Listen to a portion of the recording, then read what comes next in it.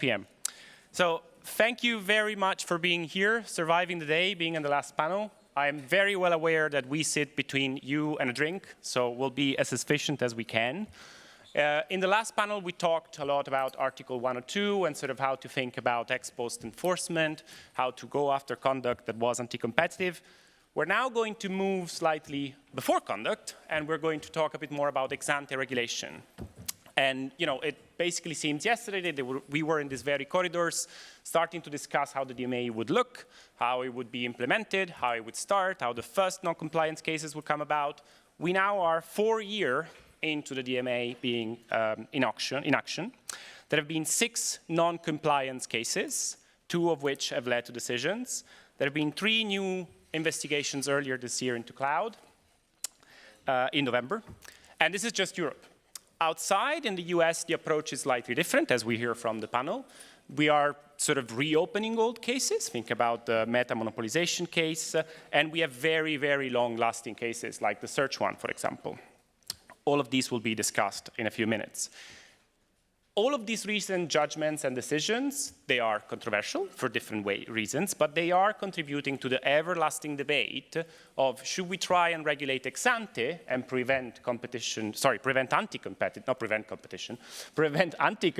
conduct to take place, or should we try and monitor and then punish and enforce regulation ex post?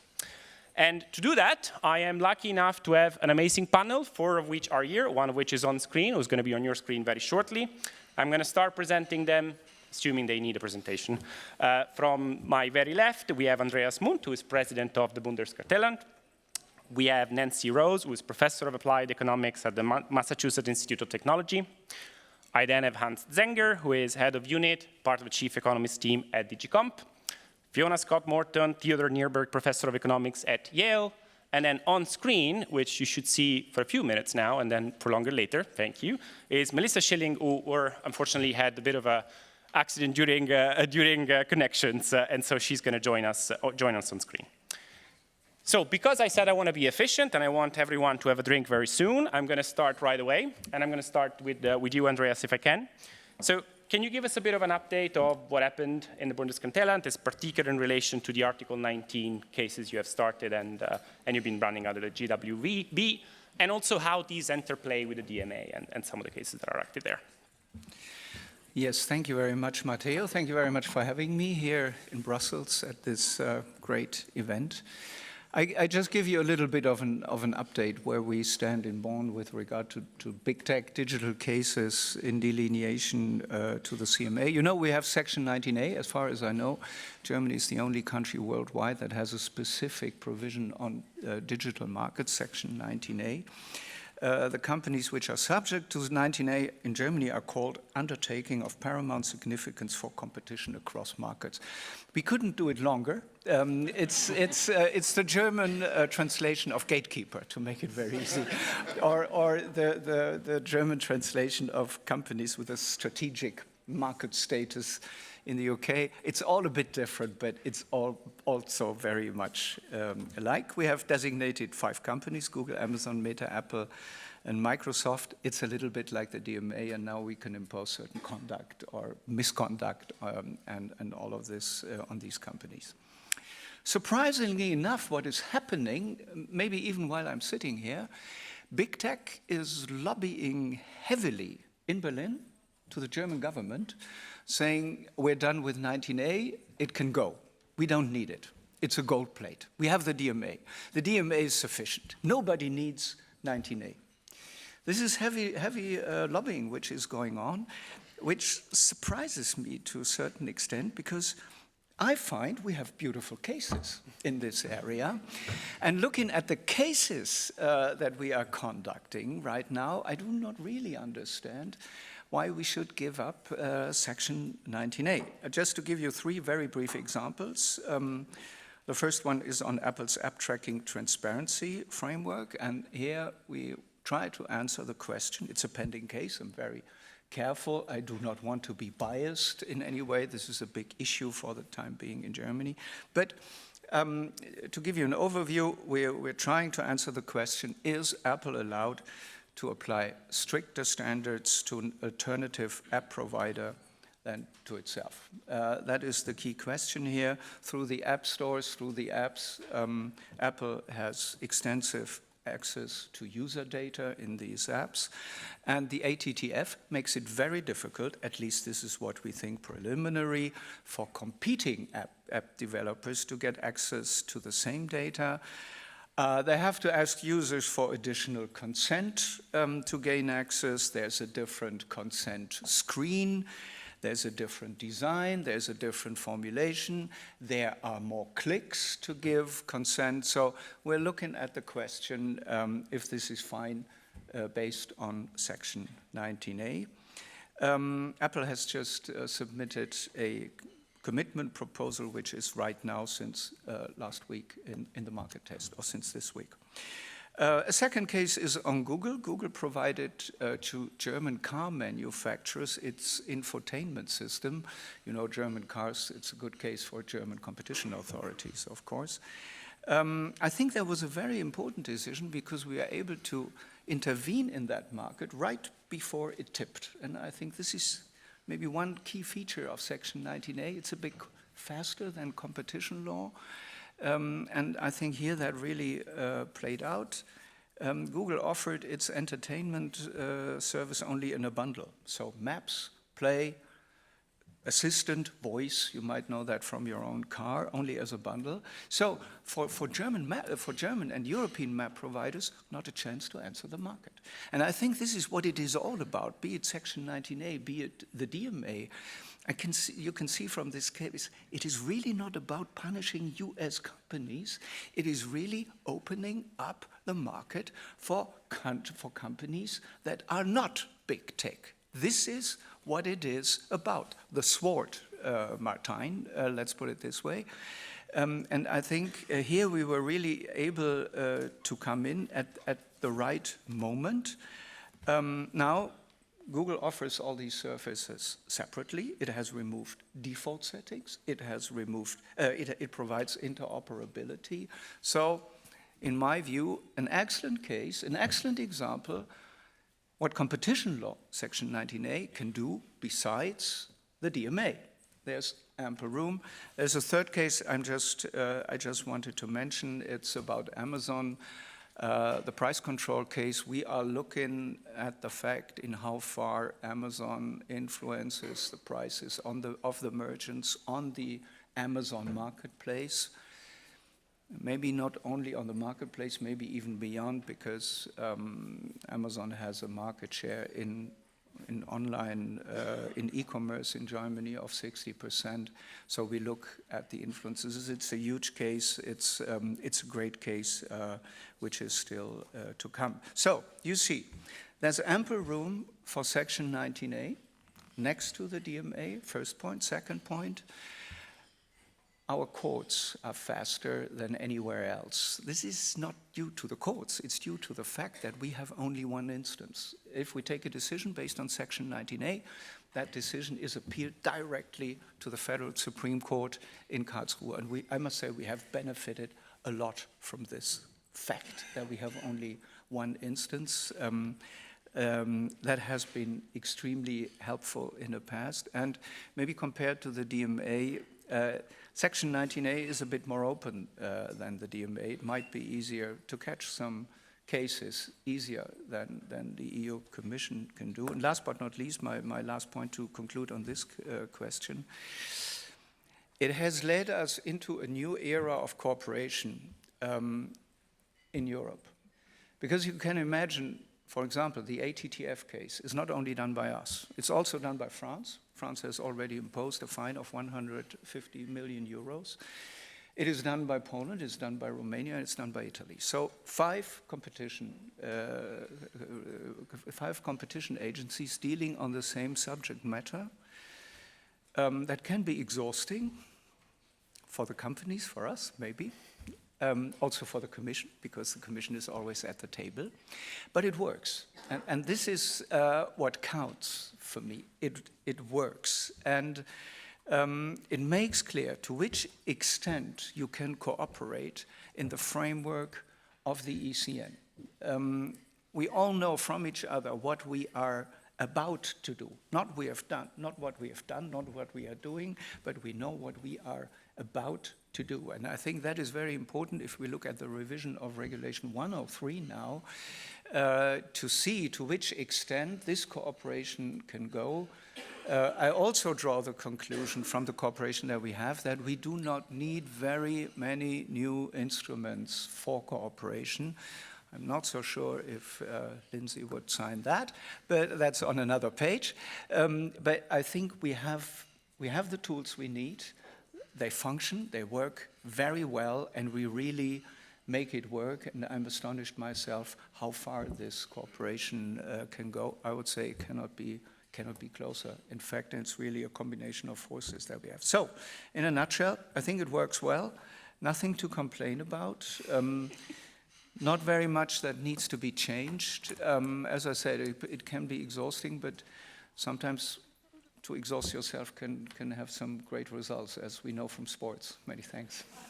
I mean, this is how one grows, right? So that makes a lot of sense. So what I'm hearing is, there is a complementarity in terms of substance, there is an advantage on speed, and from an agency perspective, you have a bit of flexibility, which is what allows you also to coordinate with others. Having drawn that line, Fiona, maybe can we draw another line, which is, all of these ex-ante regulations are trying to effectively preempt one or two cases or abuses, but then some of these cases will be prevented, some of these cases won't be prevented, because no legislation and no ex-ante regulation is perfect. So how do we think about the interaction between abuse of dominance and ex-ante regulation? Yeah, I think this is actually a really difficult problem, and it's particularly a difficult problem because you want to think about it in steady state, but we're not in steady state, we're in the startup mode, and that means that the answer is different at first. Secondly, we have to hold two other experiments in mind. One is Europe that has its own military defense, and another Europe that's dependent on the United States. This latter point may seem irrelevant, but the Ukrainians get significant US help at present, and if you think of the United States as a hostile state that's captured by gatekeeper platforms, then that is a totally different model of the world, and it means it makes enforcement much more challenging. I think in that world, you keep going with the DMA quietly and in a boring, professional manner, and just that's it. Just do that. So let me abstract from the geopolitics and talk about the steady state versus the startup phase. We were promised that the DMA would give us more certainty and more speed. I think we don't have either at present. Okay, first, the DMA is not quick because it's a small team. That actually could be fixed. Everything's new, and everybody's appealing everything to the courts because it's new. It's also not certain because of the geopolitics, and that geopolitical situation limits the pressure the regulator can put on the gatekeepers. I think, as an aside, the business users need to help more, and they need to be given protection to help more, and civil society needs to help more. But because of both the speed and the uncertainty not being there right now, the second instrument, Article 102, is really important to keep using in the startup phase. Now, you might, I know, a tiny, tiny bit of law, ne bis in idem, is not, I think, going to matter here, because once a court decides on the boundaries of the DMA exactly, then you know whether one instrument binds or the other one binds. You don't use both at the same time on the same action.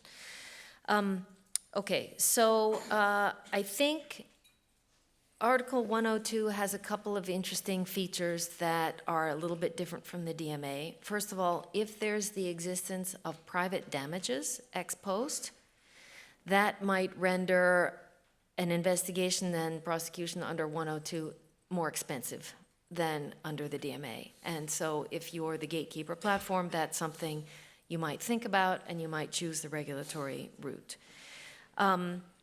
In steady state, Article 102 is what we're going to use for new tactics that are not in the DMA's list of rules, new technology that's not in the DMA list of gatekeepers or the DMA list of core platform services.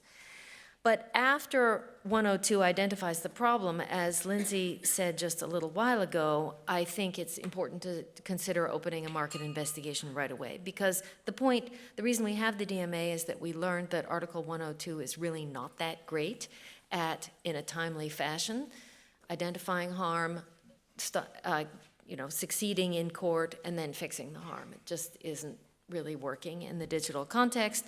So if you really think you found a new problem, I think it's probably worth moving it along that very long pipeline of turning from a problem into a form of ex-ante regulation. And that kind of reveals where I fall on you need a tool that works. And if one doesn't work, you have to turn to the other tool. Then just a couple of suggestions. Why not more private enforcement of the DMA? It seems to me that that's an underutilized tool in a world where we have this transition moment and we're not actually getting all the results that we want out of the DMA. That seems good because, first of all, a national court judge is not afraid and subject to political pressure by European officials in the same way. And that national court judge is also responsible to that local business user who has a right under the DMA and is not getting it for whatever reason. And if the national judge decides the local business user is not meritorious, then they can tell them no and to go away. A second issue is that a business user is likely to want what we would call injunctive relief. So in other words, a change in the behavior on the part of the gatekeeper. Entry, for example, a certain functionality, possibly lower fees under the FRAND provision. This should stimulate innovation, and that's key across the whole block. I mean, we want more innovation in Europe. We want business users to be able to enter and innovate. And it's really critical that the national court does not allow a settlement between the gatekeeper and that business user that just pays off the business user a bunch of money and doesn't open up the platform for everybody, and especially business users in that member state and also in other member states. So it might be that the Commission or the national competition authorities need to file an amicus or whatever the appropriate procedure is to make sure that the court understands that the goal here is to have open platforms and fairness and contestability. And I'll just close by pointing out that thought is in part inspired by the Epic Games cases in the United States, where here Epic Games wanted to enter and run their own app store at cost and not pay 30% and have their content controlled by Apple and Google.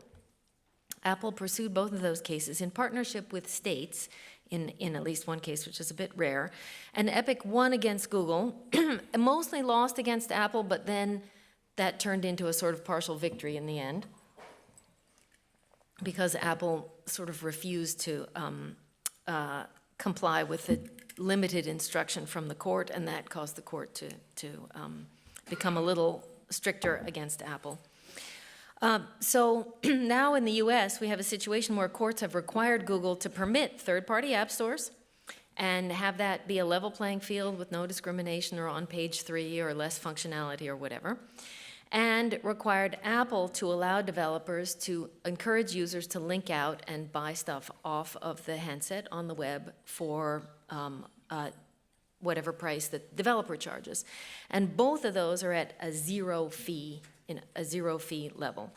And that is really interesting because it has global implications. It shows other jurisdictions what is possible technologically, what is reasonable, we're getting a response from business users. Oh, now we're allowed to come in and do things, so you get more innovation and you see what the big developers are doing in response. And hopefully a combined, and this is supposed to be happening under the DMA, it's been quite slow. So the fact that the US is ahead of Europe on this App Store thing at the moment, I think is really ironic and quite interesting. If the two could sync up somehow, that would be quite a large market, and that would be a very interesting experiment to see what companies take advantage of that and enter, because you have then a large market with the ability to sell to really millions of people. And that should provide many allied businesses, not the gatekeepers, but everybody else, with tremendous opportunity. Thank you, Fiona. So I think a lot of things you said will also pick up later in the panel, but I want to stay for 1 second in interaction between 102 and DMA, and moving to Hans, I think, and let's try and dive slightly deeper, because as economists, sometimes we think about conduct in very sort of academic ways. So we talk a lot about bundling, for example. And there have been 2 cases recently in Europe. One is the Facebook marketplace case. The other one is the Microsoft Teams case, both for tying and bundling. But they have somehow different resolution. One is about the unbundling and interoperability, the Facebook marketplace. The other one, Teams, was settled, but it includes a price delta. And that is interesting because there isn't really a pricing differential regulation within the DMA. So while we could expect that a marketplace case cannot exist in a world where the DMA is preempting it, how do we think about instead sort of a team situation? Yes, many thanks, and many thanks for the invite. I speak on personal capacity, and this time I really have to say it because I work neither on the DMA nor on Article 102.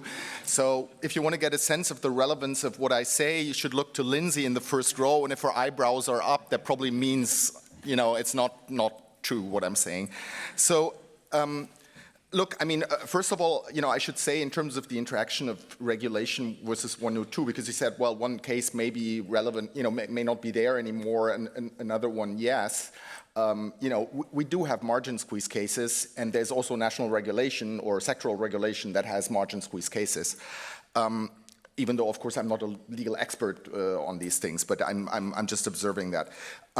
Another thing I want to say is, without speaking too much about the DMA, you know, there's some people who find that, you know, we're moving much too fast on the DMA. There's others who find, you know, we're much too slow. And, you know, I think Fiona has described the sort of context in which the people doing the DMA operate. And I think, you know, given that context, I think they do a remarkable job.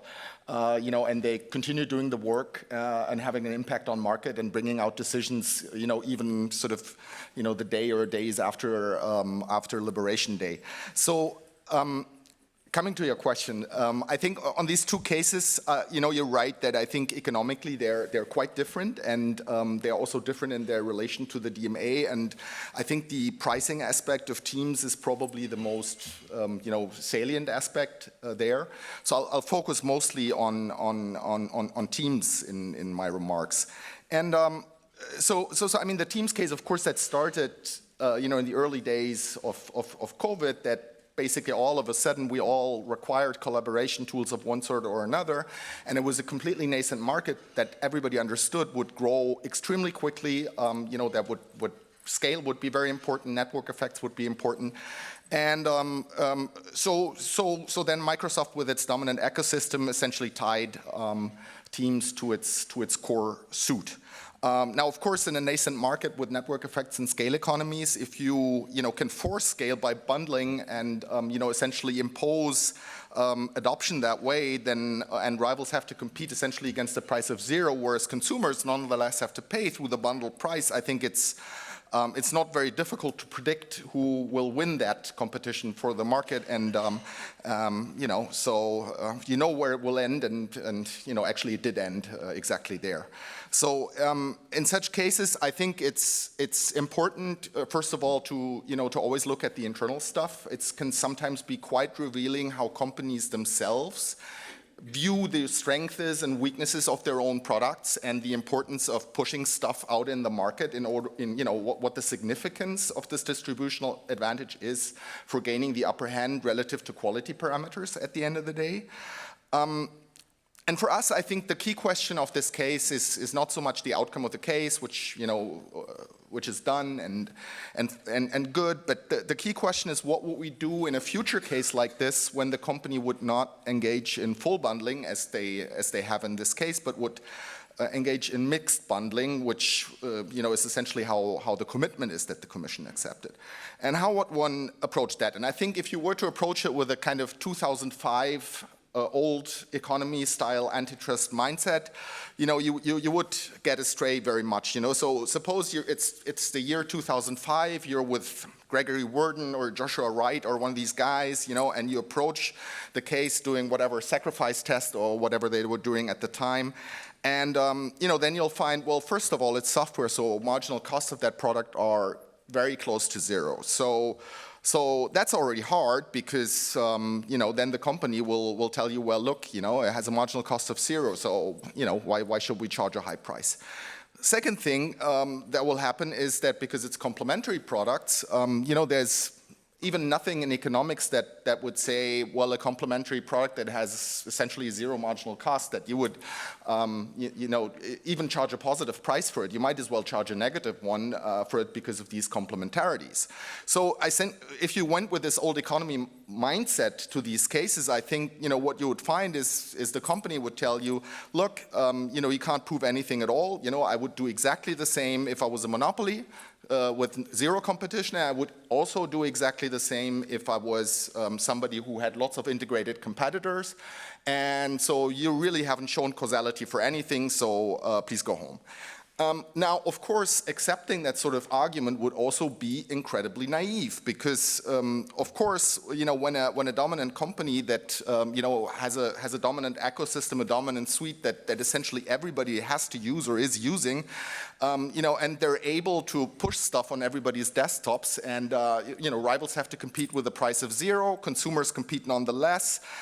Network effects are large. Where you will end up, even if that product, were to be, let's say buggy or less good or, initially inferior. And so this is, I think, where really I will invoke the special responsibility here, which is a term that many economists really dislike because some of them feel that this is somehow related to an efficiency offense, but I think it's made exactly for cases like this.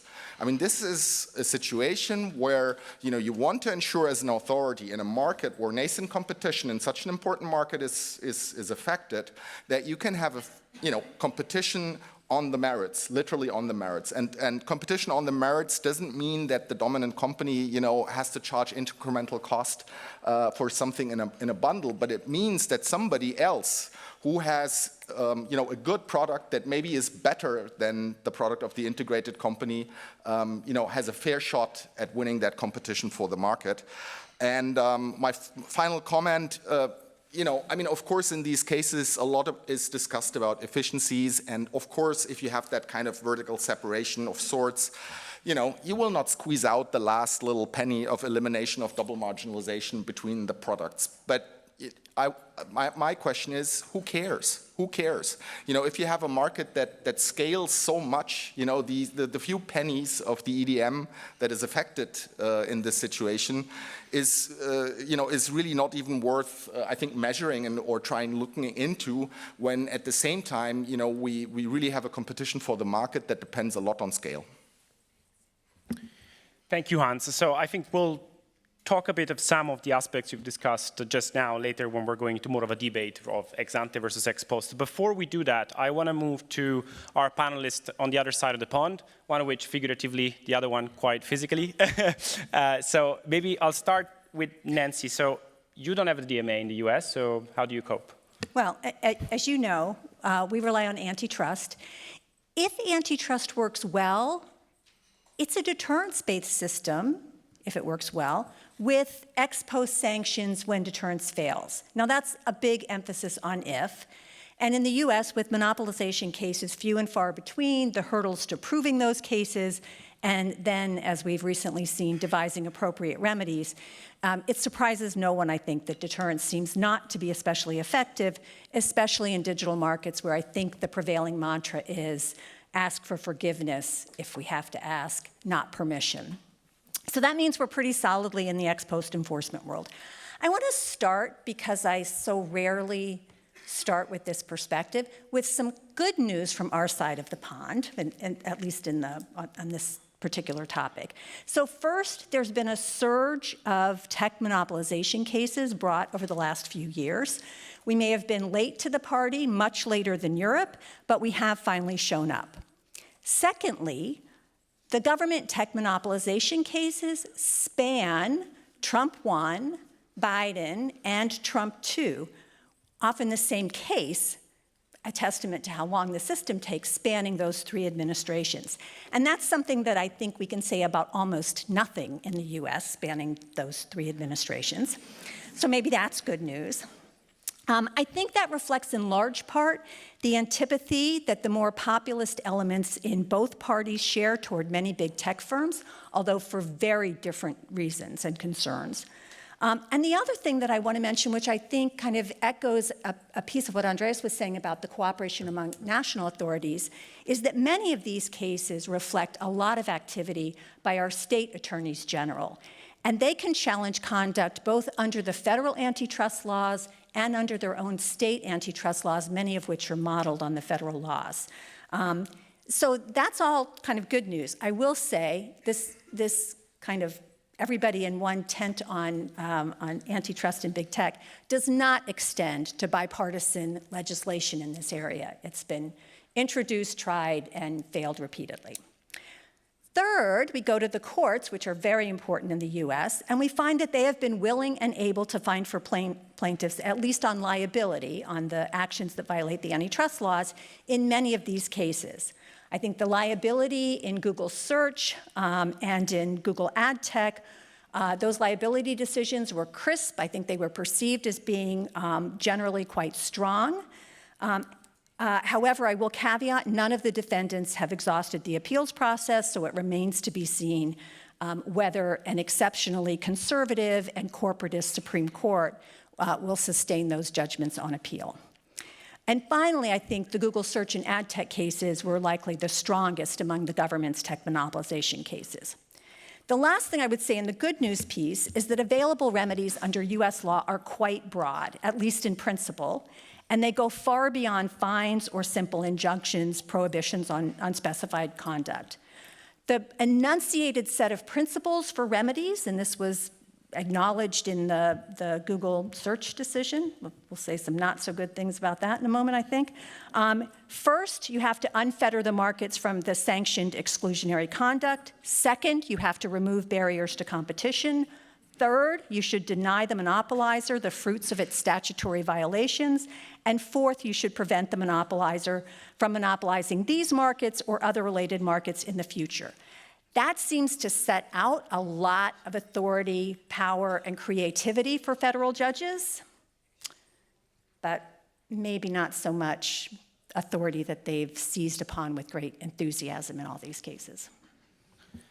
Thank you, Nancy. And can I just ask, because one of the latest decisions was, obviously, judgment was on the meta-monopolization case. And as far as I understand it, but obviously, correct me where I'm wrong, is the case is not about today, but it has been judged on the basis of how competition is today.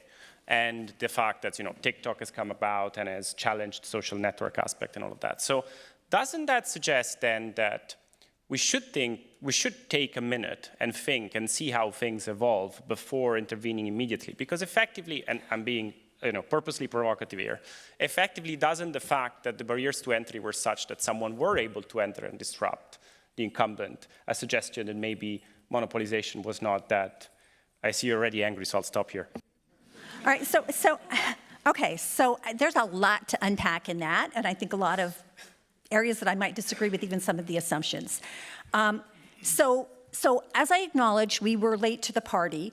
We weren't so late. Facebook, the Meta case was investigated and filed in 2020, when TikTok was certainly a force, but not nearly the force that it is today. And so I think part of the problem is not necessarily that when they looked at the conditions, they weren't met, but that the process takes so long, right? So it's been 5 years to get to the initial decision. If that had turned out like Google search and ad tech to be in favor of the government, there would have been appeals. I don't know if there'll be appeals of this or not. I talked to people who were involved in the search case, and they're sort of projecting, maybe 2028, 2029 even, before it's done, finalized, and whatnot. So that's an issue. But I also want to say, and this came up a bit, was touched on a bit with this experiments in the previous panel, I think that the FTC versus Meta case decision is an example of a number of errors. So first, I think that it's, I'll say it's very heavily reliant on this fact that the judge rejects the FTC's personal social networking market in favor of an attention market. And there is discussion about an experiment that was done by John List, who was the expert.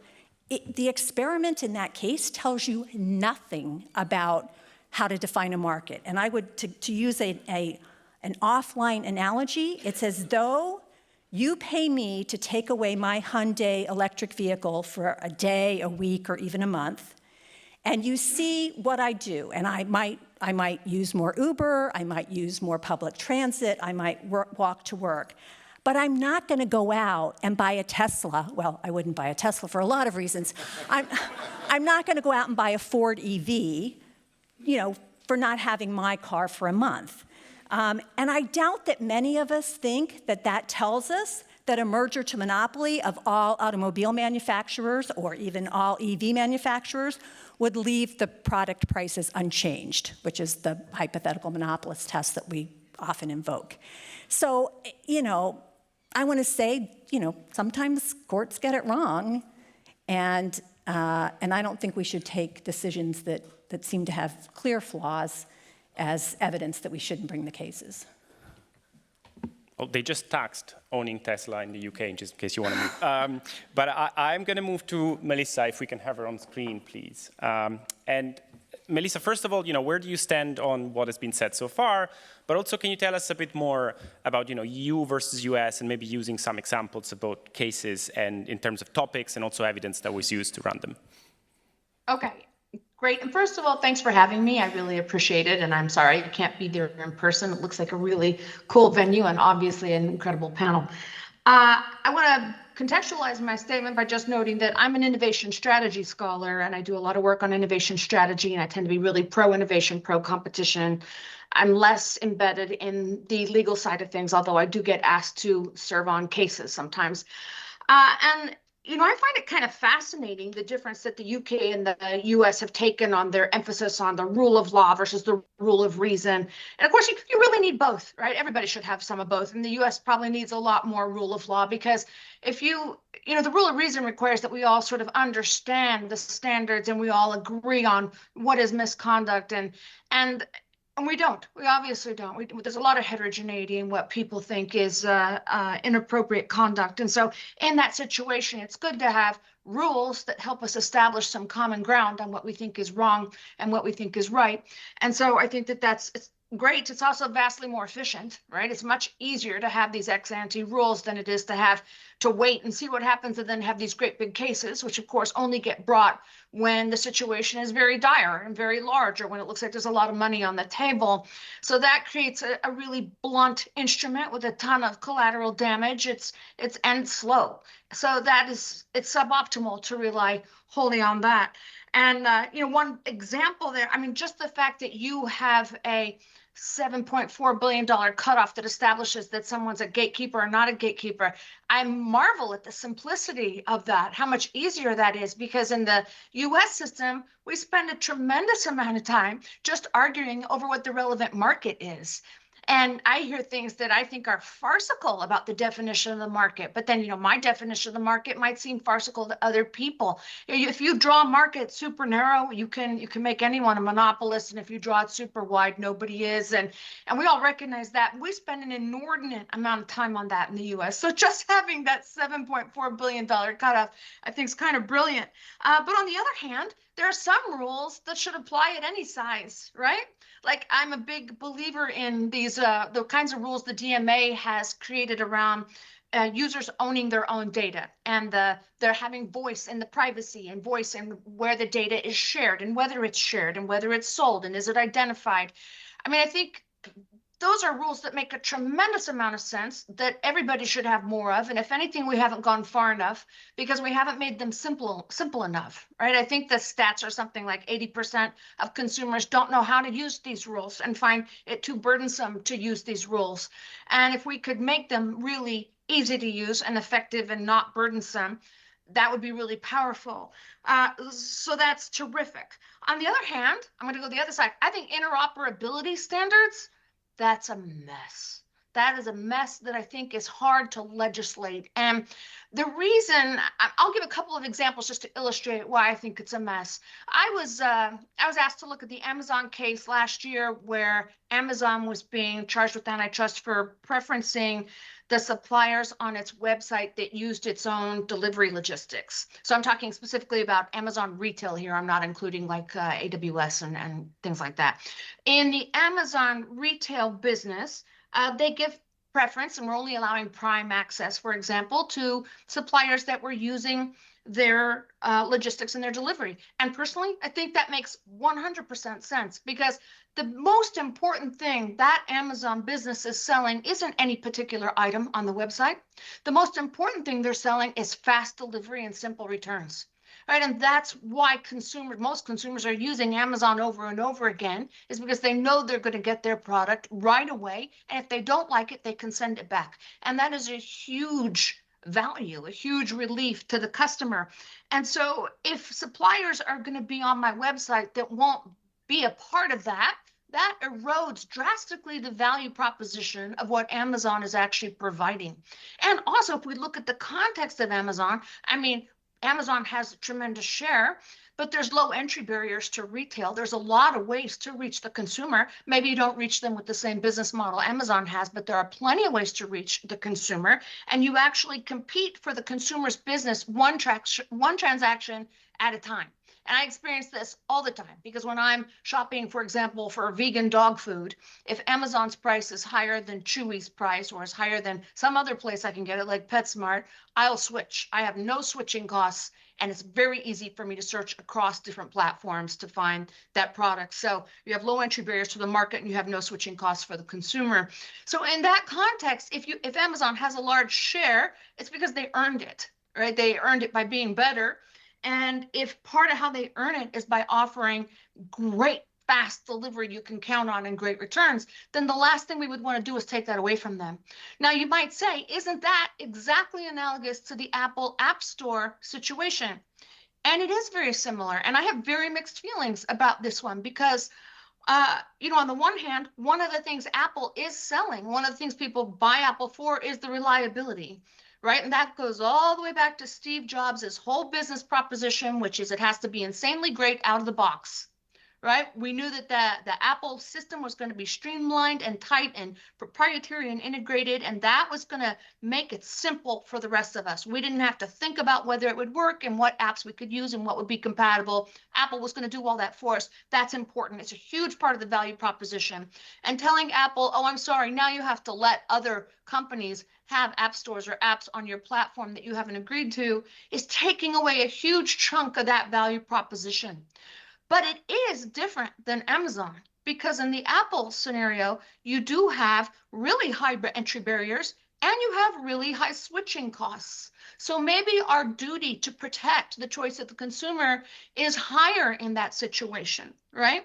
And I'm using these two examples because I think they're sort of analogous structurally, and yet very different in where you might fall on the effect of imposing interoperability standards. And that's a situation where rules aren't going to work very well, right? Rules work pretty well when we can define them clearly and apply them sort of equally in most circumstances, but it won't work very well in this situation. This is where like ex post and antitrust case might be better, because it can really take into account, the complexity and the differential value outcomes of those two things. So those are the two things that I wanted to bring up the most, and I will leave some time because I know we're going to need time to debate some stuff here. Thank you, Melissa. I'm going to blend remarks to what Melissa said and the next topic in the interest of time, but I think they connect quite well, because I think you, Melissa, have already sort of outlined how you think about some of the risks of ex-ante regulation. I think we have discussed before. I think, Andreas, you mentioned that it allows you to go in early. One could argue that early sometimes may affect investment incentives and therefore change the way in which companies are incentivized to release new products. I think, Hans, you mentioned distribution advantages, which, on the one hand, you mentioned you might be a bit naive to think about them as complementarity, as sort of using the complementarity to decrease prices, but in a sense, that is part of the incentives mechanism. And I think we can argue that in certain situations, consumers get services for free that they would not otherwise, and then whether that affects competition is obviously a separate question. So what I would like to do is I want to generate a bit of a debate, and I'm going to ask the panel to sort of tell me where they sit on a position between ex-ante regulation, so very much in favor of ex-ante regulation, and very much in favor of sort of waiting and monitoring. And so that also connects to some of the things that Melissa has already said. Can we do something where we go from 1 to 5? So 1 is very much, I'm going to regulate ex-ante no matter what, and 5 is, God no, please, let's just do an ex post. So Melissa, you already sort of covered some of this, so do you want to give us your number and maybe a couple of lines, and then maybe, Andreas, you can follow up? Yeah, I guess I'll give it a totally arbitrary 2 or 3 towards ex ante, because I think there are some things that are great that you should absolutely have ex ante regulation on, and there are some things that it won't work as well for. Perfect. Andreas, I know you took a lot of notes, so I'll let you. No figure, no figure. I mean, Matteo, there is regulation and there's regulation. Fair enough. I mean, if you look at Europe, for example, for the time being, Europe is heavily overregulated. Heavily overregulated. We are really in an infarct of bureaucratization in Europe from 2 sides. We have so much regulation that the companies cannot apply it anymore. We have so much regulation that not we as the Bundeskartellamt, but other agencies cannot enforce it anymore. That is what I call an infarct, you know? Just to give you an example, there is, how is it called, the Due Diligence Value Chain Act. I mean, this name says already that it cannot be implemented. I think there are still 20,000 pages of REACH, the regulation for the chemical industry, that have to be implemented. And I think that we have to make a choice. Do we want that regulation? Then we will not have a chemical industry anymore. I mean, that is a real choice. So I think this is what we have to think about in these terms. What do we want and where do we want to go? GDPR, and now I come close to your question, is another animal of this kind. Very good, or very difficult to implement, very good for the big ones. And that is a very competitive aspect because they come to me, I can do it all for you, no risk of a fine, come to me. The small ones are not in the same position. So for them that is very difficult, and that has a very competitive aspect. And now I come to the AI Act. The AI Act has very much the nature of GDPR, because also here you have a great risk for companies which are applying AI to a certain extent. You have vast documentation obligations, easy to fulfill for the big ones, very difficult to fulfill for the small ones. So what does this tell me in terms of the DMA? The DMA, from my position, is a different animal because, yes, the DMA is regulation, but it is regulation inspired by competition law. It is not something that bureaucrats have thought about. The DMA, I mean that's serious. The DMA incorporates cases, decisions by competition agencies, decisions by courts. You know, in a way it is rules, ex-ante rules that are based on decisions that we have already taken. It is based on practice. And that makes it so different from anything else that we have out there in this regulatory landscape in the EU. It is really different. And why do we need it here? And I think for the DMA, I would say 5. 5 is I want it. 1 is I want it. 1 is I want it. Then for the DMA, I would say 1. You know, for the AI Act, I would say 5. So this is why it is such a complicated question. The DMA Act is as I said, it's rules that have been working well already in practice. Another thing is, for the first time, we see that something is moving. Some have touched upon that already. For the first time, that there is an alternative app store in the iOS universe. For the first time, we see that more app stores, Lindsay is signaling. So we see that interoperability obligations are taken serious. I alluded to our Google case. So the first time we see now something is moving. And I think here, ex-ante regulation plus ex-post application of competition law with Section 19A and 102 is necessary, also for another reason.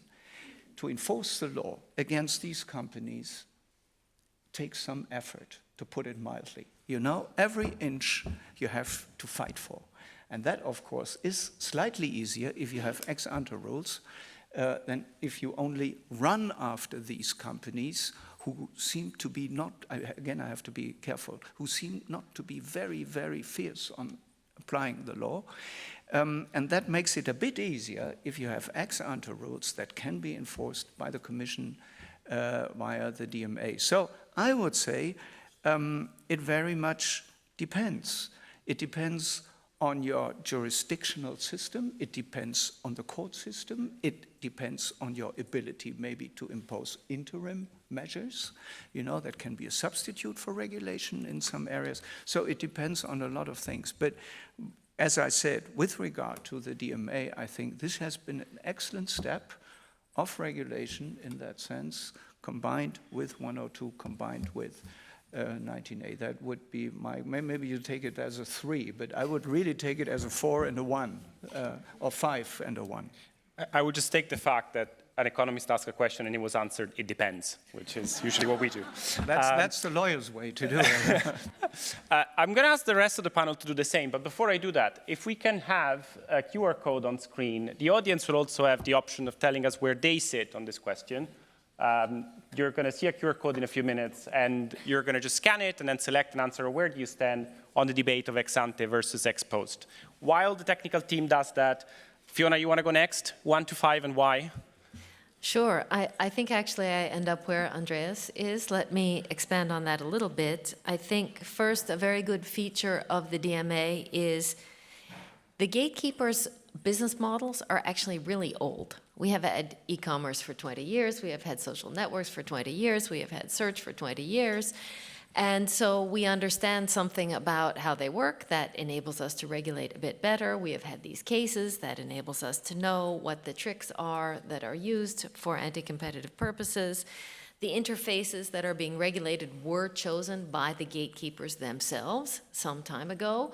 And then we come to the other side of it, which is that trying to use antitrust in this industry and these behaviors has not worked.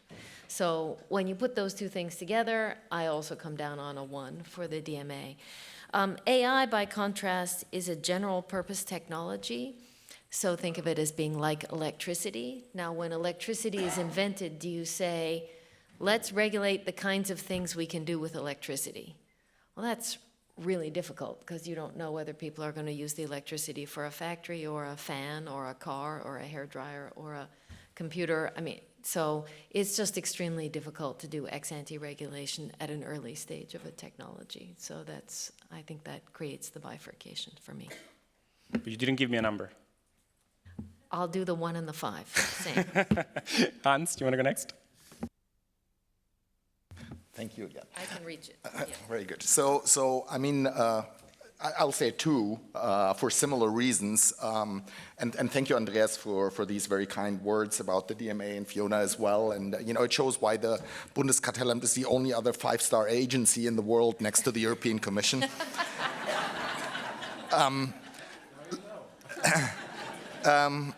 So look, I think, you know, one important thing to keep in mind about regulation is that there is, as Andreas has said, different types of regulation. And I think antitrust and the DMA are very different here than other forms of regulation. Because the usual regulation that imposes some rules on producers, they are very, very tough for smaller producers because it's, you know, being subject to regulation means you have fixed costs. You have to have compliance officers. You know, you have to check a whole lot of things.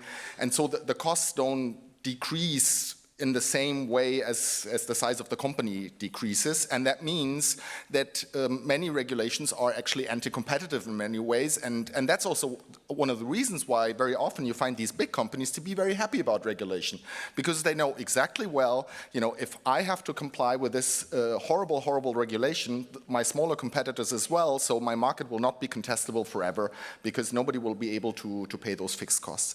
And of course, what we do in antitrust is a bit the opposite. And, sometimes people say, well, where's the legal certainty in all this? And, we have the Article 22 in mergers where I work. And, in the beginning when we ran the cases, I was on so many panels where lawyers were like, but it's ridiculous. It's like, how can firms plan and something like this? And I would just say, if you look at the cases that the Commission has run with Article 22, in the last year before the big judgment, that they were every single one was a merger to monopoly, every single one. So I think that's not so hard to comply with. I mean, if you want to merge to monopoly, you probably shouldn't do it. You can ask ChatGPT; it will tell you shouldn't do it. On the DMA and the relation to 102 more generally, I think in the old economy you could take time, and markets were never really killed, and you had some deterrence effect. But we're not in a world of nail guns and nails anymore, and that relates to the cases that I discussed earlier as well. I think in some of those situations you simply need a network separation, if you will, just as you already have it, in electricity or trains or whatever. And and if you look at regulation in railways, very simple, in theory, not working in practice maybe, but very simple in theory compared to the tech markets. In all of those countries where you do not have a separation between the network, between the tracks, and between the operation, very often, you have the big guy pushing out people to no end. Yeah, and you will have that if you don't have a separation regulation. My favorite story is from Germany. Actually, nothing to do with the Bundeskartellamt. It's actually rather a European thing. That there was a guy who wanted to compete with Deutsche Bahn, and he had this one train. So really little guy, and he made these little trips with people where they could drink good wine and stuff like that. And it so happened that every time his train was scheduled directly after a huge freight train, which sort of 5 times a week, happened to have, probably by mere coincidence, technical difficulties. So the guy always ended up late. So in the end, nobody took his trains anymore. I don't think he competes with Deutsche Bahn anymore. And that's the sort of problem that you have if you don't have ex ante regulation. Nancy, do you want to close us off? Yeah, So as someone who has taught and done research on both regulation and competition policy for decades, I'm going to say 2.5, but not averaging. I think we need both. I think we need incentive-based kind of smart regulation, not traditional public utility regulation, which would be an utter nightmare in this sector. But if you think about the DMA, what we've heard kind of aspects of it that I think feed into this are, it's targeted at large firms, so the smaller firms don't have to don't incur all of those costs. Its key is that it's focused on opening markets, not calcifying the existing players and making sure that nothing changes, which is the way a lot of old-style regulation focused. But I think you can't leave it to just that, and I, in fact, think you can't leave it to just that, even in the areas where the regulator has authority. And I want to give you an illustration. Again, I like to go back to history, or old style, right? So I told you about my car before as an example. Think of the dynamism in the US in the telecom sector at the end of the previous century, right? So there was an antitrust facilitated breakup of AT&T. AT&T had been regulated, but they had captured the regulators, and it was antitrust that basically blew that apart. We then replaced monopoly regulation with competition-based and incentive-based regulations to encourage competition that forced markets open to entry. But we also had a regulator who could monitor and ensure that there was compliance with that court decree, because courts are not really well positioned to become regulators over large periods of time. And I think that complementarity between antitrust, both creating the breakup and opening up the sector, but then also the regulator being in a position to help enforce the kind of opening market rules that came out of that was very successful. And I could see that kind of complementarity being important in this sector as well. Matteo, can I just add to that one sentence? The problem in the US is that we do not have a digital regulator. And so, for example, the judge in the Google ad tech case said, I'm not sure about breaking up Google ad tech, the ad tech stack, because that will take a long time for me to supervise.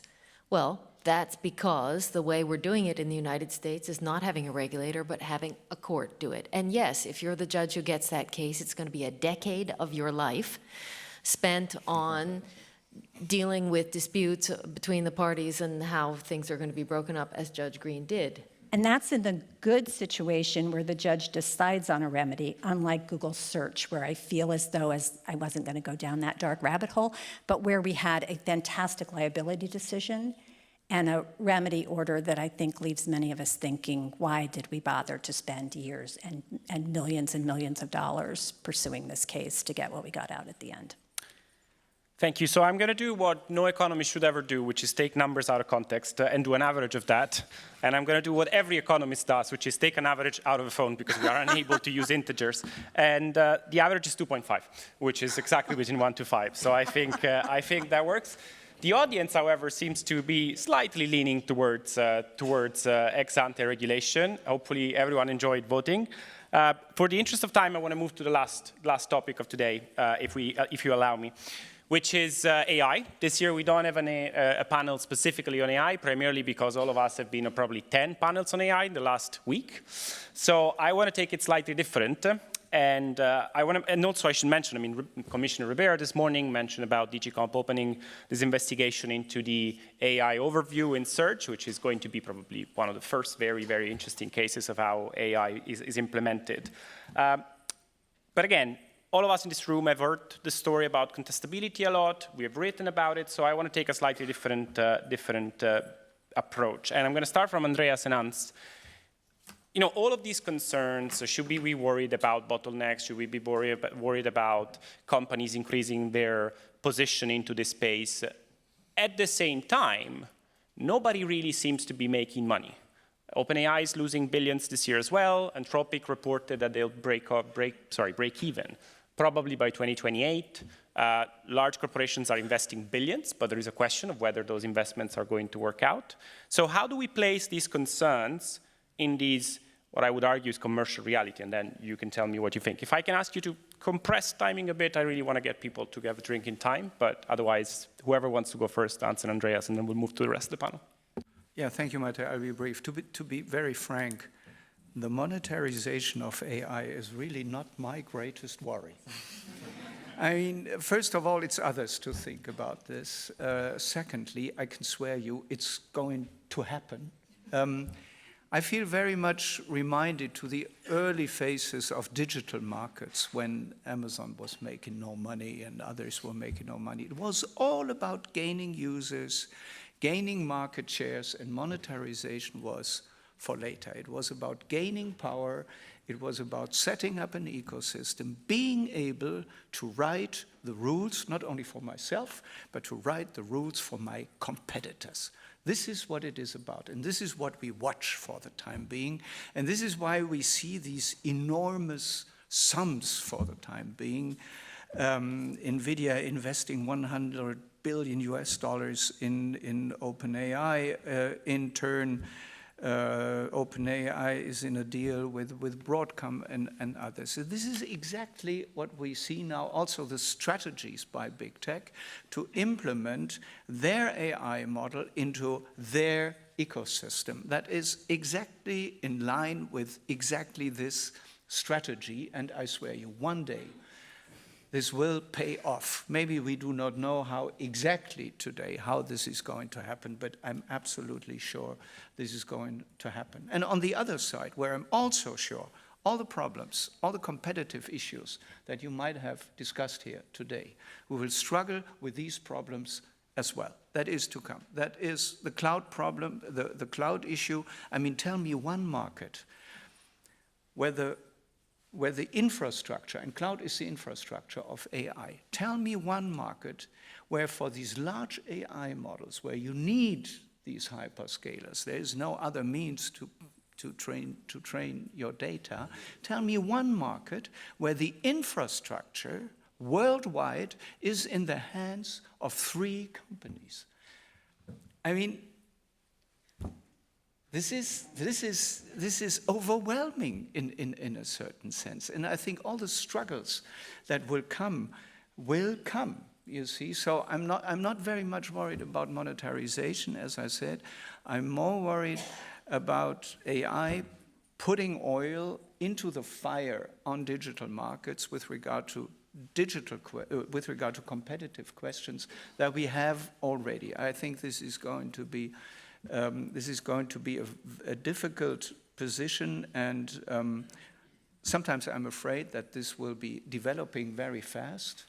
And we, again, as agencies, even if you have an ex-ante regulation, will be very much lagging behind. As I said, regulation is not the answer. The AI Act regulates something of which I think the authors were not really aware what they were regulating, so regulation is not the answer.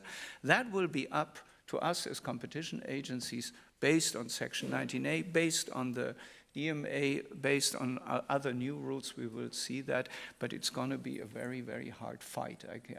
I'm absolutely sure. If I look at the problems with the infrastructure, if I look at the problems with data, I mean, these companies have all the data you need, others don't. What do you do if they make these data proprietary data, and you do not have access to this anymore?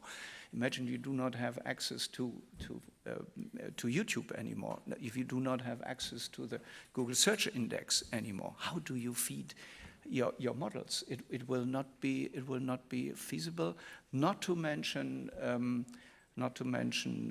the financial resources it takes. Think of energy. You need your own energy plants. Think of human resources. I believe to know that if it comes to the architecture of these large foundation models, there are not more maybe than 100 people worldwide who are able to set these models up. And then you understand why Meta is paying $200 million per year for a person that is able to do that. I mean, that visualizes how much resources you take. So from all these points of view, I'm very worried about our situation, but I'm really not worried about the situation of big tech trying to monetize AI. That will happen.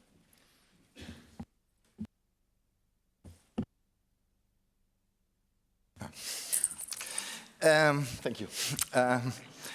So I think I'm worried too. I'm also excited, I have to say, because I think it's an amazingly exciting market that has brought so many wonderful things already. And we were here 1 year ago discussing how the world has changed. At the time I was saying, well, maybe there could be a bubble at some point. And I think now you see what OpenAI is committing is breathtaking, as Andreas said. So I think the key question here is going to be somehow what will be the competitive mode of these companies. So in tech we saw that these were often network effects, and so this is, I think, for us as competition authorities the key thing to look at. And if you look at the competition between the LLMs, I think what we're seeing is a bit of a shakeout. I guess now you have kind of 3 main leaders, which would be Google, OpenAI, and Anthropic probably as a third. And then Grok for the people who buy the Teslas, but that doesn't seem to be up there. So, and these 3, of course, in some ways they compete extraordinarily fiercely to the point where, I find it very difficult when I read, Gemini, let's say, or the answer of ChatGPT, to really say one is consistently better than the other. And so, of course, is a sort of concern among those firms that there is commoditization and that at the end of the day, they will not be able to charge a lot of money because everything's a little bit the same. Now, usually what that does with firms is to try to think of ways of the monetization, and there I agree with Andreas, we'll have to watch how they will do it, and of course they will do it. So I think, watching monetization for us is important in the sense of seeing how do these business models change to enable them to make money. I think one thing there is really getting size advantages, and I think the commissioner this morning, announced a case. I mean, one thing that's important for all of them is distribution, and that's pretty much the same as in the Teams case in many ways. You want to make sure that people use it because then you get the feedback loop. You get more data you can train on. You get more information. You can, this is super important. So of course, much as they're all striving to get distribution, it's very important to make sure that this distribution is kind of open access in a way, so that competitors have the possibility to get in, and we don't have exclusive dealing or tying and these sort of things in a way that harms the market and that pushes people out simply because they cannot have the size that others have. Then the second issue I would mention is that I think we're now going from a phase where it's not so much anymore about the LLM as such, but about certain verticals, so about stuff that you can do with it. So using it in finance, in HR, as competition lawyers, I think in 10 years, half the room will be empty because we economists and lawyers won't be needed anymore, who knows. But, so there are these sector-specific solutions where people make solutions, but that's hard work. Yeah? That's kind of manual work where you have to have experts sit there and make sure that these models will compete with all sorts of software that is already out there. And there we'll only say there will be specialists who use AI essentially as an input, to use the foundation models as an input, and then do whatever, their accounting software or something like that. So the key there, I think, for competition authorities is to ensure that there is a competitive wholesale market for access to generation models, and that to me really is the most important thing in all of this. At the moment, that's the case. They're competing and providing that, but I think that's a space really worth watching. And then the final thing I will mention is one classic way to differentiate yourself, to have something special, is to buy some exclusive content. You see that in platform streaming, like the Amazons and Netflix. I mean, Netflix just announced they want to buy Warner Brothers, and these guys have gone also into own production of movies and stuff like that. And if you're not different than anybody else and everybody has the same movies, you're not great. So people make their own series in order to have something special, to be able to charge that price that that consumers will be willing to say, well, I want to watch Game of Thrones, so I'll buy that. And so I would be very surprised if we didn't see a huge wave of either exclusivity deals or vertical integration or ways for them to come up with their own technology. I mean, content, especially also because producing content in this world has become very, very hard. The internet was already hard for all the newspapers and stuff because all of a sudden these sort of physical barriers, of geographic barriers, you were the one newspaper in your little town, so you made some money. All of a sudden you have to compete with everybody because you're online. And now it's even worse because, a year ago, you at least got some advertising money from Google when people clicked on the link. It was a lot less than what they got before, but at least they got something. Now, what you get when the information is used in an LLM, maybe very little or nothing at all. So I think to some extent also, it's a social question. We need content creation, and I would hope that content creation is done in a way where people make contracts to incentivize that, but without turning it into something that creates a dominant player. Thank you. We have 3 minutes. So Melissa, Nancy, Fiona, I'm going to give you 1 minute each, if that's okay. Melissa, do you want to start, probably? Yeah. Screen? Yeah. I want to say first, can you hear me? Yeah, we can. Hans, I have loved some of your comments today, and I was going to write you an email and tell you that, but I'm actually going to take issue with one thing you just said, and that is I think that AI could actually completely decimate exclusivity and decimate copyright, and we're seeing it already. And I'll just give some examples. I like to make things concrete, but like there have been a couple of cases in the last few years, a bunch of cases against Perplexity, for example, for harvesting information from news websites and then presenting it to people, and then people didn't click on the news websites, which then destroyed their ad-based revenue models. And you know, right now, the solution for Perplexity has been to pay licensing royalties to those companies that it links to, but it will not be hard for Perplexity to just rewrite everything in such a way that you would have no idea where it came from and yet would still find it plausible. And similarly, Anthropic is right now the target of a big class action lawsuit because it has digested all these textbooks and other books, and it's giving the information out to everybody for free. And so if you are a textbook author, you are eligible for something like up to $3,000 in compensation for having your textbook digested. But let me tell you, for $3,000, nobody's going to write a textbook. It's if that's all it's worth now, it's not worth it, because it's very hard to write a textbook. It takes a long time, and you have to manage it. And so if all of your copyright has basically been destroyed by something that you could potentially get a $3,000 payout from a class action lawsuit, I think you're going to lose that content creation.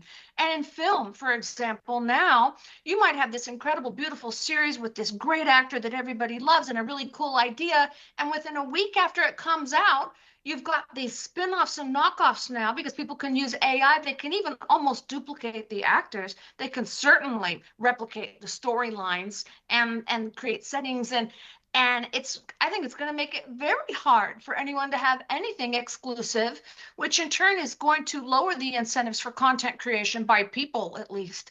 You're going to have plenty of content creation by computers. Thank you. Who goes next? Fiona? I said earlier that I thought it was a little bit too early for ex-ante rules on AI, but that's exactly the setting where you want your monopolization or your Article 102 cases. And I'm looking at notes that I promise you I wrote yesterday. I had 3 ideas. One would be content providers and tying search and scraping of that content. So that one's already happened in Europe. And search and distribution to the on the consumer-facing side, Google using its market power to leverage its way into market power in AI, and that one's evidently on its way also. I'll say from the U.S. perspective, if one were to complain that it's too early to begin these cases, we now have the Meta decision that told us we were too late to begin these cases. So I think the weight of that argument has shifted toward just start now. And the third one, I think, and I'm looking at Martijn in the front row here, would be the consumer protection version of AI. I think there's a looming problem. The Economist had an article this week about shopping with the use of your AI assistant. And already there's starting to be ads in that shopping. And it's pretty clear that soon there's going to be parties paying to have the AI tell you what to do, and the consumer disclosure on that is going to be awfully tricky. And it seems that we have some exploitative problems that could well arise depending on the business models chosen by those firms. So I would be worried about that one as well. Nancy, I received a few death threats, but you have another minute. I just want to say, just to pile on to kind of problems, and death threats is kind of a good segue into that. There are many problems in the tech space where I feel as though if you live in America, you were looking to Europe to try and do something to save us. I'm more and more skeptical about even your ability to do that. And that's in part because we have a president who has rejected the rule of law, not only within the United States, but I think doesn't really believe in it anywhere worldwide, and has been receiving tens or hundreds of millions of dollars in personal donations and donations to his various causes from the various people involved in not just the tech sector, but particularly AI. He's issued an order, an executive order that bans any state from implementing AI regulation, because some of the states were getting frustrated that our government was doing nothing in that space. And given his willingness to use trade, defense, anything else to impose his will, I'm expecting that he'll also threaten similar consequences, if not death threats. Our Secretary of War's got a good gig going, so be careful. I'm really disturbed. Again, no concerns about money. The amount that's going in says these guys expect to make a fortune, and it took Amazon 10 years to turn a profit. No concerns about money, concerns on every other aspect of it. And on that note, allow me to thank the panel.